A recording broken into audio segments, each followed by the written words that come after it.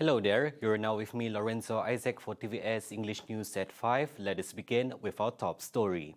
To further accelerate Sarawak's green energy agenda, the Premier of Sarawak, Dato' Padinggi Tan Sri Abang Johari Tun Openg, has announced that Sarawak will be the first in the region to generate power from the wind. This is on top of Sarawak being the largest renewable energy provider in Malaysia, especially through its hydropower capability that caps at 20,000 megawatts, according to initial studies. Hence, Abang Johari said Sarawak can play a leading role in accelerating the region's transition from non-renewable energy to renewable energy. During his keynote address during the Singapore International Energy Week on Tuesday, hydropower will be among the main engines for achieving the climate goal of a transition from carbon dioxide-producing electricity generation to carbon-free generation. Another major selling point for Sarawak-produced energy is its lowest average unsubsidized tariffs in Southeast Asia. This was due to the lower levelized cost of energy from hydropower that benefits Sarawak's domestic, industrial, as well as export customers by supplying them with one of the most competitive prices of energy in the region.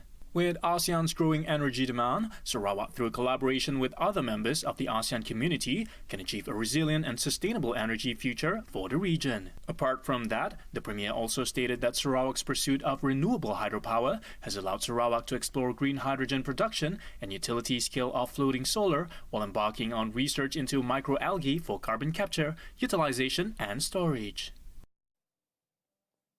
A total of 9 individuals were sworn in as political secretaries to the Premier of Sarawak, witnessed by the Deputy Premier of Sarawak, Dato' Amar Douglas Ugah Embas, held at Wisma Bapa Malaysia on Tuesday, October 25th. 7 were reappointed, while 2 other new faces, namely Sam Laya from Progressive Democratic Party PDP and Abang Abdul Aziz Abang Draub from Parti Pesaka Bumiputra Bersatu PBB.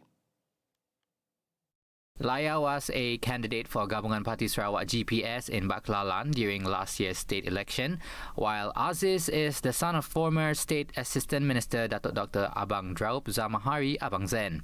Reappointed secretaries include Petrus Igat Matthias, Michael Mujah Lihan, Charles Balan Seling, Tapah Ana Atta, Buang Bol Hassan and John Nigor from PBB, and Fung Kok Shun alias Brian Fung from PDP.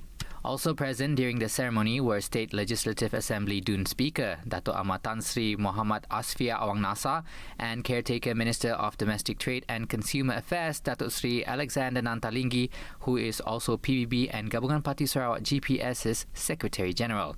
Deputy Minister of Public Health and Housing, Dato' Dr. Penguang Manggil, Deputy Minister in the Premier's Department for Labour, Immigration and Project Monitoring, Dato' Jerawat Gala, Deputy Minister of Infrastructure Development, Insinyur Aidil Laribu, and Chief Political Secretary to the Premier of Sarawak, Fazruddin Abdul Rahman, were also in attendance.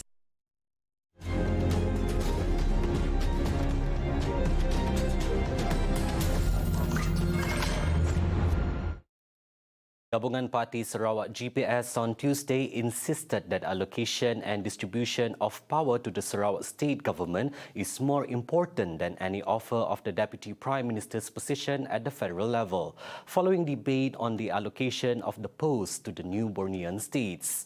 Gabungan Parti Sarawak GPS Secretary General Alexander NANTA Linggi said the Deputy Prime Minister's position offered to Sabah and Sarawak might not make much difference as efforts to develop the two states require more allocations and approval for development projects from the federal administration. Saya ingat mungkin tak ada banyak beza. Yang penting bukan jawatan, yang penting kuasa, ya.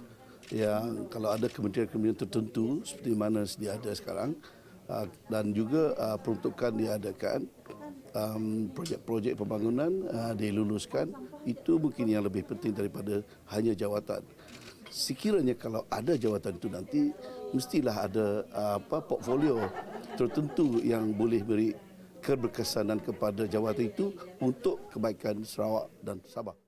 At the same time, the Kapit incumbent welcomed the offer made by Barisan National Chairman Ahmad Zahid Hamidi on 3 Deputy Prime Minister posts to represent the Peninsula, Sabah and Sarawak if the coalition wins the 15th general election. When asked about the need to include the authority to appoint a deputy prime minister from Sarawak and Sabah into BN manifesto, he said it was up to the leader of the coalition to determine in the election manifestos.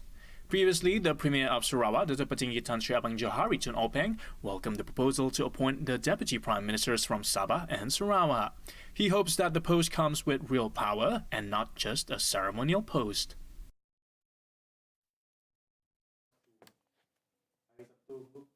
Whichever party that governs the country after the 15th general election will need to show that they are serious, sincere and committed in addressing the interests and rights of Sarawak as stipulated in the Malaysian Agreement 1963. Political analyst Dato' Jonathan Chai said if a Sarawakian politician were given the Deputy Prime Minister's post, which is optional, could play an important role for Sarawak in regaining its rights in the long run. It all depends, what was mentioned by our Premier, I think today, that if it is only a ceremony position, if it is only a ceremonial title without any substantive power, then it would be meaningless. Of course, it is an important acknowledgement of our special status in this country. The GE15 is a significant election, added Chai, assuming if Sarawak could win 25 seats or more, then Sarawak will play the kingmaker role that will help advance Sarawak's cause under the leadership of the current Premier, Dato' Petinggi Tan Sri Abang Johari Tun Openg, in getting back the autonomy. He also strongly advised the state government to create a deal breaker before collaborating with any political party that will form the ruling government.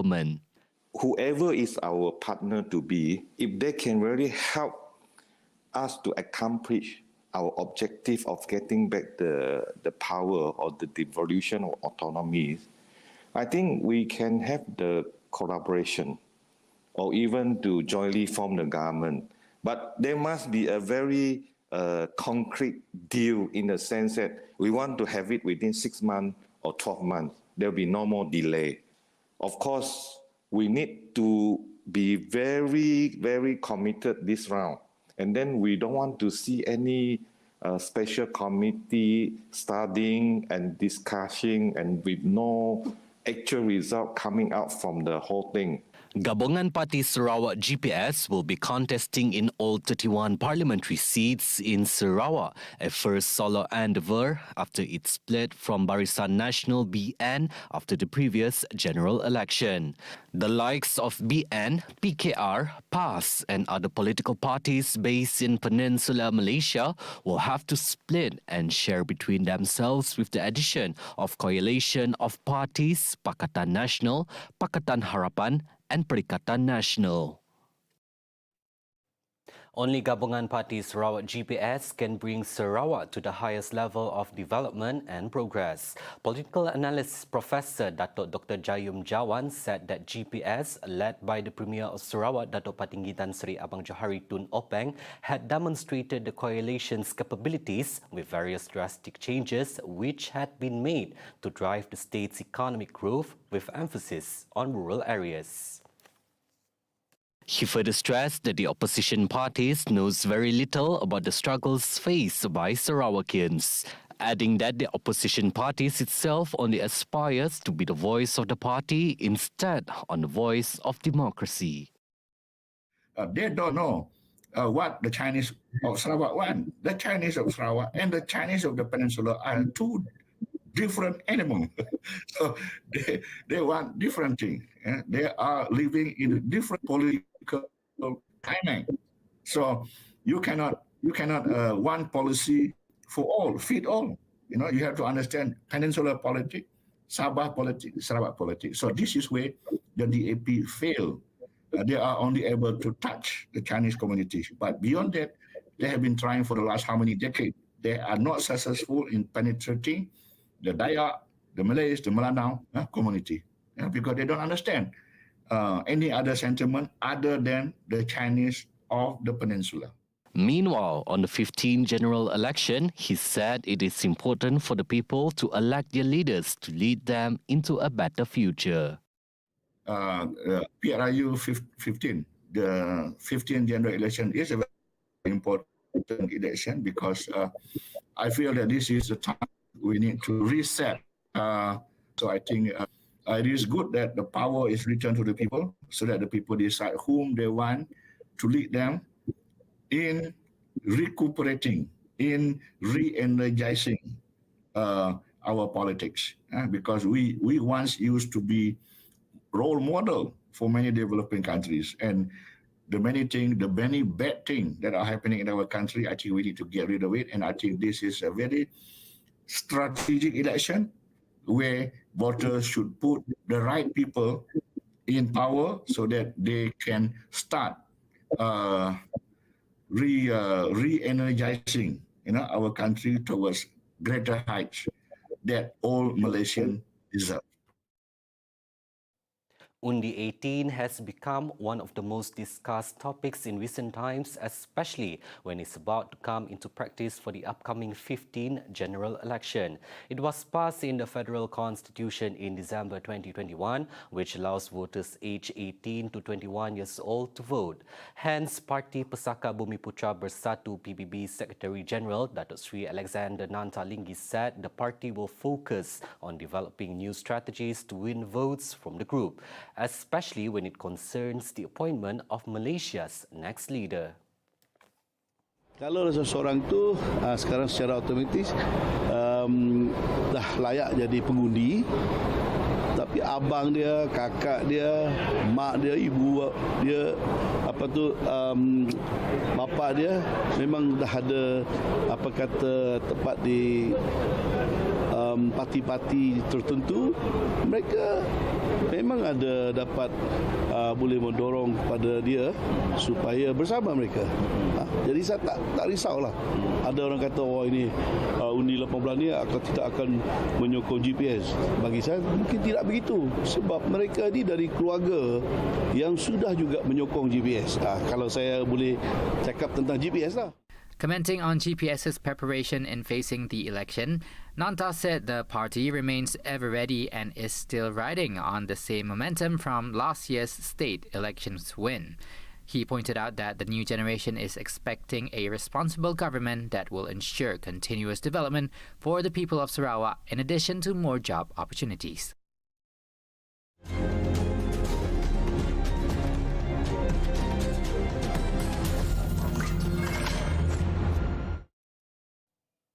Britain's next Prime Minister, Rishi Sunak, was declared the winner of an accelerated leadership election, making the 42-year-old the country's third Prime Minister in less than 2 months, after his predecessor, Liz Truss, was brought down after just 6 weeks in office by an economic program that roiled markets.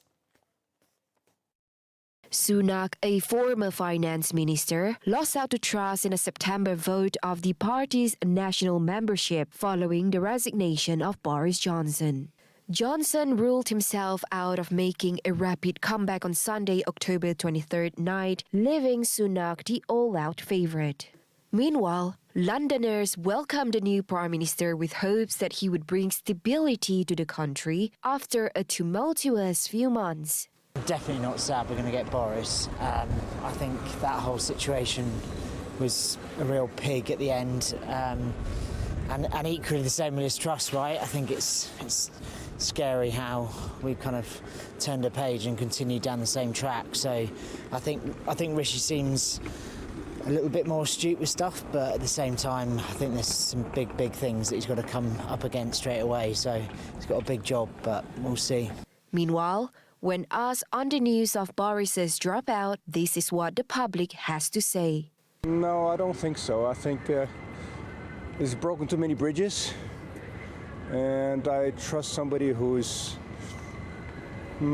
let's go back to the competence word again. Yeah, I'd rather have Richie back in office. I just think it was chaotic when he was in charge, so I don't want to see that again. I got sick of watching the news and every night something new popping up, so we just need some stability right now.